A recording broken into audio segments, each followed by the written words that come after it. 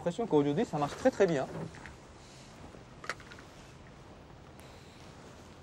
Et puis, assez souvent, on change de technique.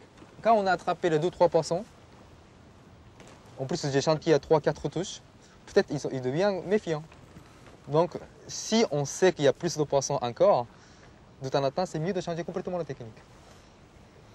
Ou soit changer le leurre, changer le couleur. Il faut toujours essayer de changer. Comme ça, peut-être on peut attraper 2-3 poissons de plus. Là, je suis sidéré de voir avec le S8, là, les billes, comment ça attire. Même les perches, ça c'est fou ça. Bah oui. Mais n'oublie pas, il y a des jours, on fait fuite de poissons hein, avec les billes. Ouais, donc c'est arrive. pas bon tous les jours. Majorité de cas, c'est bon. Bah, dans cet état-là, ça n'a pas été bien pêché encore. Donc, c'est pas très très méfiant. Mais par contre, certains endroits, tiens, il y a des compétitions voilà, sans arrêt. Poisson. Ah, c'est bien. Et là, j'ai fait comme toi, j'ai pas regardé. Voilà.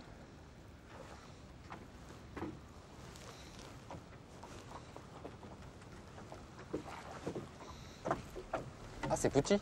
Ouais, c'est pas très gros, mais je peux pas lui abîmer la bouche. Ouais, il est pas si petit que ça. Ah, il y a des deux. Il y en a deux, regarde, il y en a un à côté. Un gros qui a voulu le manger. Il voulait le manger ou quoi? Non, non, non. Il y a des deux poissons en même temps, c'est la même leurre. Deux poissons. Regarde, il est parti. Mais il y en a deux. Mais j'ai jamais vu ça. C'est dingue. Il y a deux poissons. Mais j'ai jamais vu, c'est fou.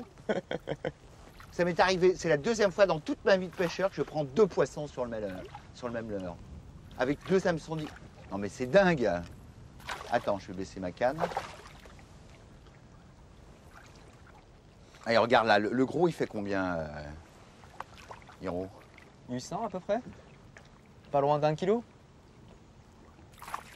Alors là, il faut faire attention. Hein. Il ne faut pas que tu piques la moisson dans les doigts. Hein. Oui, attends.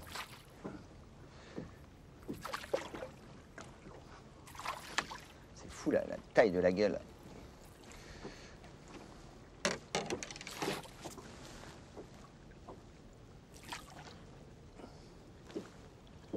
Ah, celui-là, il est très bien. Je vais essayer. Je vais t'aider là, c'est bon? Oui, non, si tu peux m'aider parce que c'est incroyable ce truc. J'ai besoin de notre ami là.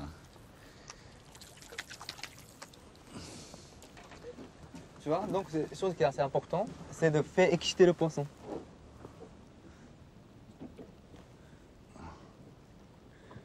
Attention à tes doigts, prends la pince parce que là ça va faire mal. Oui. Attends, te penche pas trop devant. Ça, il va se faire en aller facilement. Bon, sinon, j'ai une grosse pince.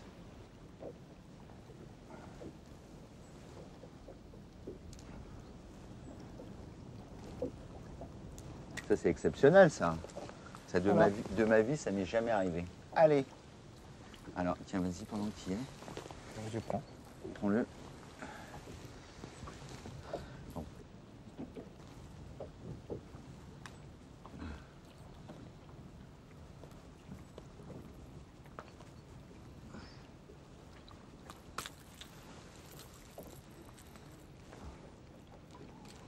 Voilà. Ah, c'est joli poisson ça, il y a 1 kilo. Ah, ça commence à devenir sérieux. Voilà. Bon, allez, vas-y. Oh là, Oh là. dangereux ça. Parce que là, je t'ai dit de te mettre parce que... Bon, il n'y a pas eu de noyer. Ça m'est arrivé une seule fois sur une cuillère verticale de prendre 2 perches, mais jamais 2 blagues. C'est un truc de fou ça. Je sais que ça fait quand même Quand même, c'est la chose qui arrive parce que tu n'as pas ferré. J'ai pas ferré. Il y en a un qui a voulu lui prendre de la gueule. Voilà, c'est ça.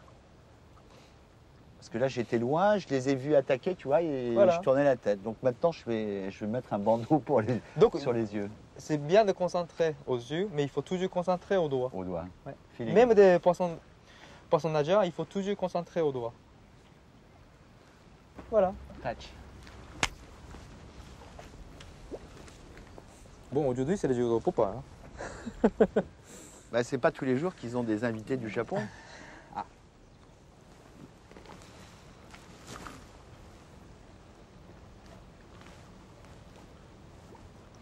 Mais c'est fou ça, aujourd'hui, vraiment, la Popa marche. Bon, je commence à être un peu jaloux. Non. Quand même, moi aussi, j'aimerais bien pêcher en surface. C'est parce qu'ils ont l'habitude de voir des nages de professionnels et quand il y a un amateur, ça ressemble plus à rien.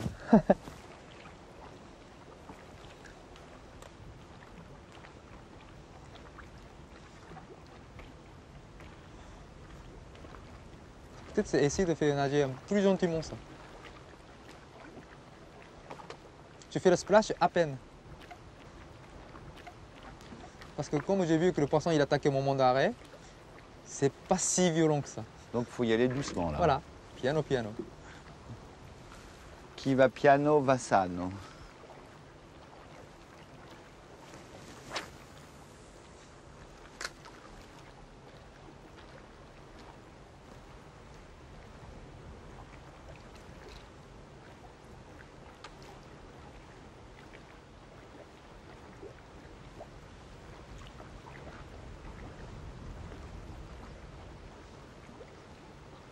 Quand l'eau est très frisée, les poissons sont quand même moins méfiants. Beaucoup moins méfiant parce qu'il ne boit pas. Donc c'est ça déjà de l'ordre de surface. Quand l'eau est vraiment la lisse comme ça, pêcher le bait donne l'avantage. Parce qu'ils sont très méfiants, donc ils ne veulent pas attaquer des choses qui font trop de bruit. Donc pencil bait, c'est comme Voilà, ça. c'est ça, oui, comme ça mis. Mais par contre, comme il y a le vent aujourd'hui, c'est mieux de faire agite un peu plus. Donc on utilise le popper. Donc tout à l'heure, j'ai utilisé beaucoup le pencil bait, mais ça n'a pas donné le résultat. Et par contre, toi, à côté de moi, tu sors de poisson sans arrêt. Parce que Donc je suis il y a une chose qu'on a compris aujourd'hui, popper, ça marche avec le pencil bait. N'est-ce pas? Parce que je suis à bonne école. Et voilà. Attention, il part sur le coup. Ah, il est beau là. Ouais. Bah, vraiment, aujourd'hui, c'est la journée de popper. Hein. Ouais, c'est fou ça. Ah, il passe en dessous là quand même. Hein. T'es monté gros là? Non, c'est bon, c'est bon. Ça, c'est 10 livres, donc. Ouais, tu dis que c'est bon. Attends, mets-toi en arrière. Hop là, hop là. Tu veux que je te l'attrape? Non, c'est bon. Attends, je peux me mettre de l'autre côté. Avance-toi là maintenant.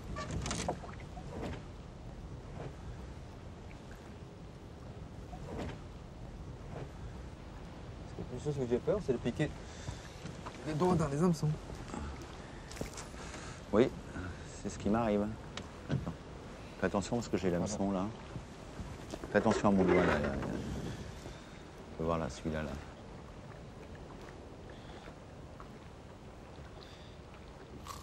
Voilà. Ah, combien ça? 801 kg. C'est joli poisson. Ah, très beau C'est poisson. déjà pas mal.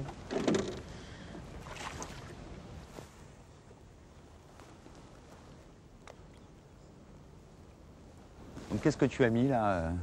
C'est le leurre de surface. On appelle le pencil bait.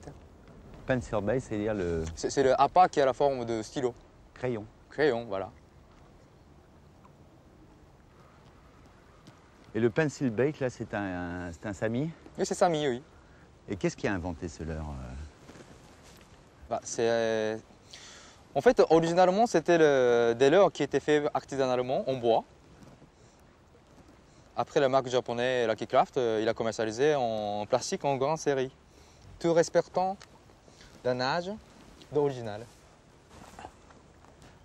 Sami que j'utilise actuellement, peut-être c'est un peu trop petit pour ici.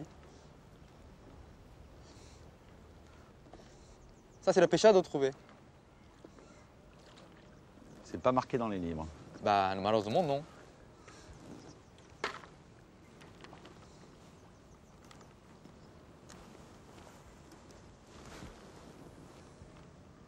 Alors, ce qui est formidable, c'est que ça s'envoie très très bien. Tu m'as dit comment ça va démarrer, mais qu'est-ce qui a vraiment inventé, qui a fait cette forme avec des billes, avec ces couleurs translucides qui sont extraordinaires, avec le dos irisé, des couleurs très claires, très peu prononcées. Je veux dire, dans l'eau, c'est vraiment l'imitation d'un poisson, c'est extraordinaire. Qui a inventé ça, Yoshi? Bah, c'était le besoin de pêcheurs au Japon. Au Japon, comme il y a beaucoup de pêcheurs qui pêchent le poisson, donc on pense que tous les black bass qui habitent au Japon, ils ont été déjà piqués une ou deux fois. Donc pour se tromper encore la méfiance de black bass, le fabricant il a cherché vraiment. Premièrement, le mouvement de stick bait au pinch bait était très important, qui fait le zigzag. Voilà, maintenant presque tous les leurres, tu peux créer le nage zigzag. On a compris que ça peut déclencher l'attaque. Parce que quand les poissons ils fuient, ils ne fuient pas tout droit. Non. Il fait toujours zigzag, n'est-ce pas? Ouais. Donc c'était la imitation du mouvement de la nature. Donc traditionnellement, stick bait était vraiment, pinch bait, c'était vraiment la forme de soit la cigare, soit le crayon. Mais on a pensé que si on peut décoller comme le poisson, vrai poisson, voilà, les résultats étaient simples. Mais je dois dire que c'est incroyable parce que quand je suis allé en Bretagne, les mouettes se trompaient, les sternes, elles attaquaient les leurres de surface. Bah oui. Mais au Japon, on a dit si le black bass n'attaque pas en surface, peut-être il y a beaucoup moins de pêcheurs qui cherchent le black bass.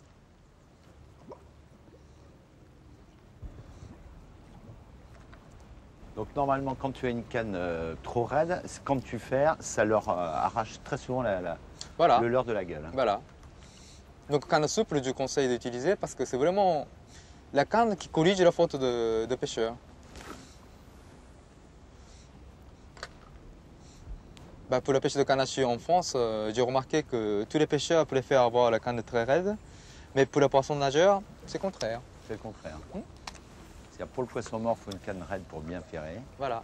Mais par contre, bien sûr, quand on utilise des leurres de surface, soit des leurres qui s'appellent jig, par contre, j'utilise des cannes très raides, premièrement pour avoir le plus de touches, et deuxièmement, comme j'utilise des systèmes d'anti-herbiers, le ferrage doit être assez sec. Donc pour les leurres poissons nageurs et pour les cannes de leurres de surface, l'action est complètement différente. Tiens. C'est toujours le perche ici. Toujours la perche. Hein. Comme quoi on peut les prendre très près. Donc si le ferrage est trop tôt, voilà, on peut faire sortir des leurres par la bouche du poisson. Tu vois, au lancer, toujours un peu sec. Et toujours le panier est noyé quand il y a le vent. parce que sinon ça se Voilà. circule. Ah, tu vois le poisson. Qu'est-ce que tu as mis? Petit. Hein. Ah, tu as mis le flash minot. Ouais. Quand tu lances. Ben, ce rôle-là, surtout, comme tu as fait comme Popeye tout à l'heure. Tac, tac. Tac, tac. Toujours fait nager avec les cannes. Tac, touche. Voilà, poisson. Voilà.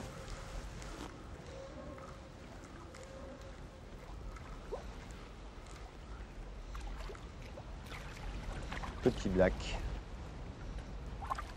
Non? Ah non Non mais c'est fou ça. C'est rectangle. C'est Rotan qui a pris. Non mais c'est dingue.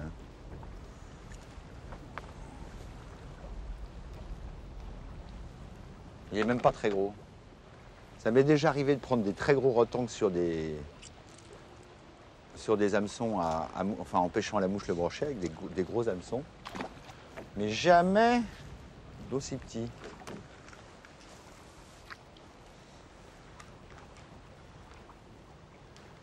C'est la première fois que j'ai vu le rectangle pêcher avec le poisson nageur.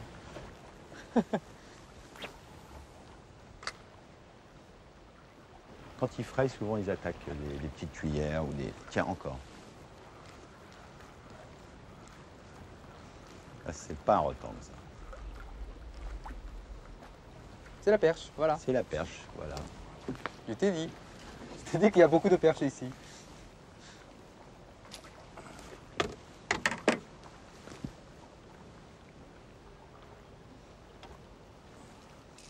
Tu vois maintenant, comment tu as eu le poisson? Ben, j'ai suivi tes conseils, j'ai donné des petites secousses. Voilà. Et puis j'ai pas pêché à fond.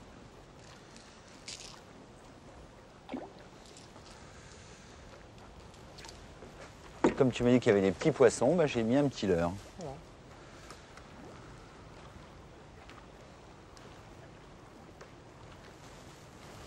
sensiblement, surtout la perche. Chose.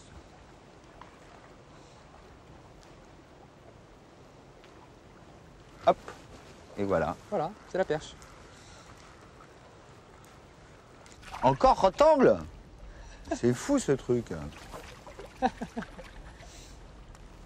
Ah, il est plus gros celui-là. Non mais c'est dingue. Enfin, tu vois, une fois tu crois que c'est le hasard, mais deux fois c'est plus le hasard. Bah oui. Bah, ça explique bien qu'ici il y a beaucoup de poissons fourragers. Il y a beaucoup de petits poissons.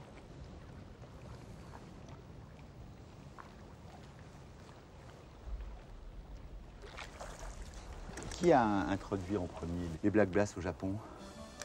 C'est un monsieur. J'ai oublié c'était le camp. Le monsieur il s'appelle Akaboshi Tetsuma. Il a vécu aux États-Unis. Il a tellement s'amusé avec le black bass, donc il a décidé de faire venir. Il a mis dans un lac qui s'appelle Ashinoko, Lake Ashino. C'est où ça? Ben, c'est pas loin de Tokyo, à peu près 200 km de Tokyo. Dans la montagne, il y a des endroits où on passe les vacances qui s'appelle Hakone. C'était un des plus prestigieux endroits pour les vacances. Après, ben, tous les pêcheurs attendaient de parler de black bass. Normalement, c'était interdit de faire sortir black bass de ce lac, mais tout le monde a fait. Et puis maintenant, au Japon, il y en a partout le black bass. Parce qu'il n'y a pas de prédateurs. Il n'y a pas de brochet, il n'y a pas de cendre. Il y a une black bass mania comme aux États-Unis. Et il y a même la compétition. Au Japon, il n'y a pas encore le gros prix, mais ça commence. Chaque année, il y a des, on appelle classiques, pour gagner quoi maintenant, le bateau, la voiture. Ah, quand même. Ouais. L'année dernière, il y avait combien 12 000 spectateurs. Au Japon, quand on parle de pêche, et très souvent, c'est la pêche de black bass. Il vient de cracher un alevin là, regarde. Il avait un alevin dans la gueule. Un beau poisson. Au revoir. Non, ça devient de plus en plus dur. C'est dur, hein. Le temps frais, c'est pas très bon pour Ouais. le black. C'est pire. Les black bass frayent à peu près vers quelle époque, Hello? Le black bass fraye au printemps, bien sûr. C'est avril même, mars, En France, avril, mars jusqu'au juin, jusqu'en juin. selon l'endroit.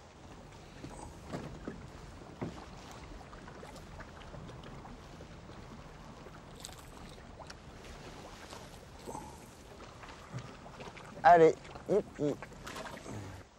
C'est une eau 18-20 degrés. Oui, à peu près ça, oui. Mais d'après ce que j'ai vu et lu, les black bass, le mâle commence à nettoyer la frayère. Oui, Ensuite, la femelle vient pondre. oui, Et après, le mâle surveille les œufs, oui, c'est les ça. garde et les alevins aussi. Voilà, c'est exact. Et puis, je crois qu'à un été, ils font à peu près... combien ils font, les fingers, Hiro? En 30 été, grammes au mois de septembre, ils font combien à peu près? Vers un an, ils font combien? 150 grammes, 200 grammes un poisson? Au bout de, c'est-à-dire 2 étés. 150, 200. 150. Selon la nourriture. 3 étés 3 étés, 300, 400. et 4 étés. Bah, il y a certains qui peuvent dépasser à 800, 1 kg. Et après, ils commencent à grandir plus vite. Bah, s'il y a beaucoup de nourriture, oui. C'est-à-dire que je crois que le record du monde du black bass, c'est quel poids? C'est presque 10 kg du coup. 10 kilos. Papa. Mais malheureusement, ce n'est pas la même souche qu'il y a en France. On appelle ça la basse de Florida. C'est-à-dire qu'il fait chaud toute l'année, il y a à manger toute l'année. Oui.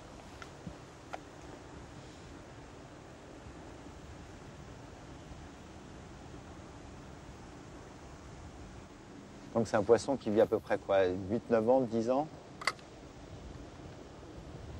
Bah, du coup, c'est à peu près 10 ans. On va essayer de se mettre à l'abri un petit peu. Oh là là là là.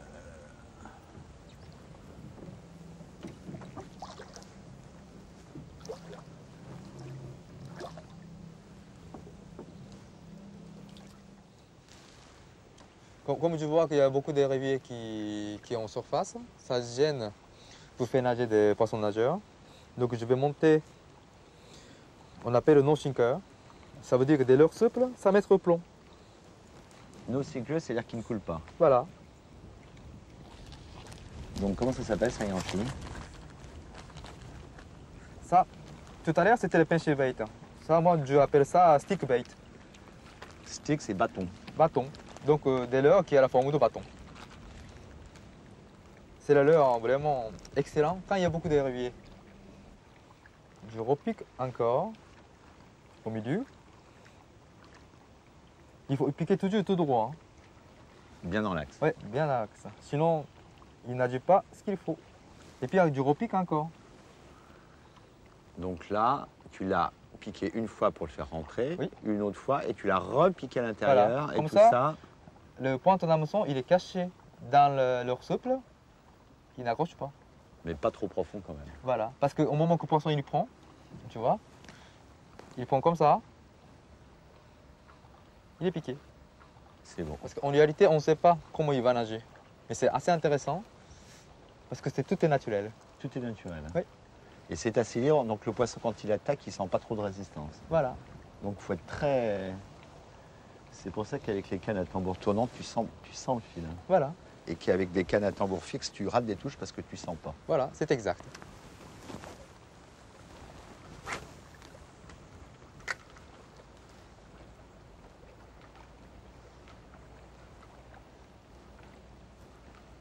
De toute façon, ils sont là entre île et puis berge. Entre l'île et la berge.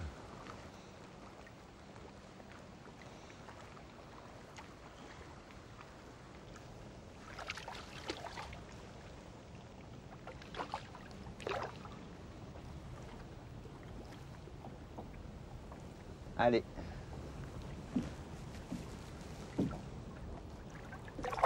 Oh! Il y avait deuxième derrière. C'est fou ça. Voilà. Elle est beau, hein. Très joli poisson. Ça dérobe. C'est une bonne odeur, je trouve.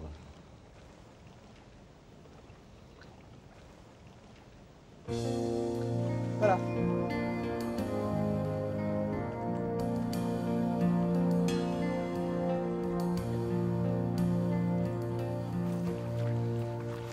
Ah, une belle perche.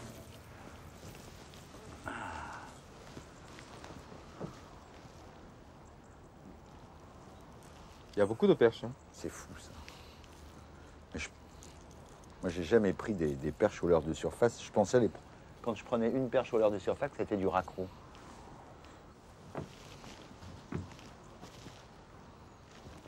Alors là, il y a un alevin qui lui sort de la gueule.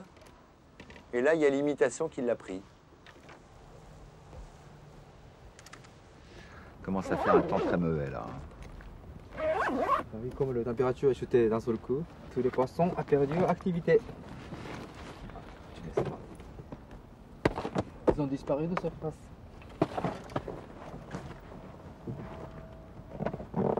Non, je crois que là nous allons rentrer, Hello. Oui. Mais je crois que c'était assez sympa quand même.